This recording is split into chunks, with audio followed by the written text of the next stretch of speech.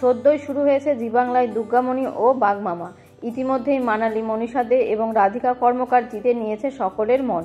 আর ধারাবাহিকে হিরোর চরিত্রে রাহুল দেব বসু অভিনয় করছেন। তবে খবর যে নতুন হিরোর এন্ট্রি হচ্ছে এই সিরিয়ালে, তাহলে কি আর দেখা যাবে না রাহুলকে? আপাতত দুর্গামণি ও বাগমামাতে দেখানো হচ্ছে যে দুর্গামণিকে অনাথ আশ্রমে ছেড়ে আসে প্রকাশ। এইদিকে সেখান থেকে গায়ত্রীর কাছে আসতে গিয়ে বড় দুর্ঘটনার মুখে পড়ে যায় দুর্গামণি। ভর্তি হয় হাসপাতালে। দুর্গামণিকে নিজের রক্ত দিয়ে বাঁচায় গায়ত্রী। খুব স্বাভাবিকভাবেই স্বামী প্রকাশের উপরে রাগ হয় গায়ত্রীর। হারানো মেয়ের জায়গায় বসিয়েছিল যে দুর্গামণিকে, তাকে স্বামী অনাথ আশ্রমে দিয়ে আসবে একথা সে স্বপ্নেও ভাবতে পারেনি। দুর্গামণির এই দুর্ঘটনার জন্য গায়ত্রী দায়ী করে প্রকাশকে। আর এই অবস্থায় দুজনের মধ্যে ফাটল নিঃসন্দেহ আরও বেড়ে যাবে যদি গল্পে আসে কোনো তৃতীয় ব্যক্তি। নতুন প্রোমো অনুযায়ী দেখা যাচ্ছে যে দুর্গামণি ও বাগমামায় এন্ট্রি নিচ্ছেন সৌম্য বন্দ্যোপাধ্যায়, যাকে এর আগে কিছুদিনের জন্য হলেও তেঁতুল পাতায় অভিনয় করতে দেখা গিয়েছিল।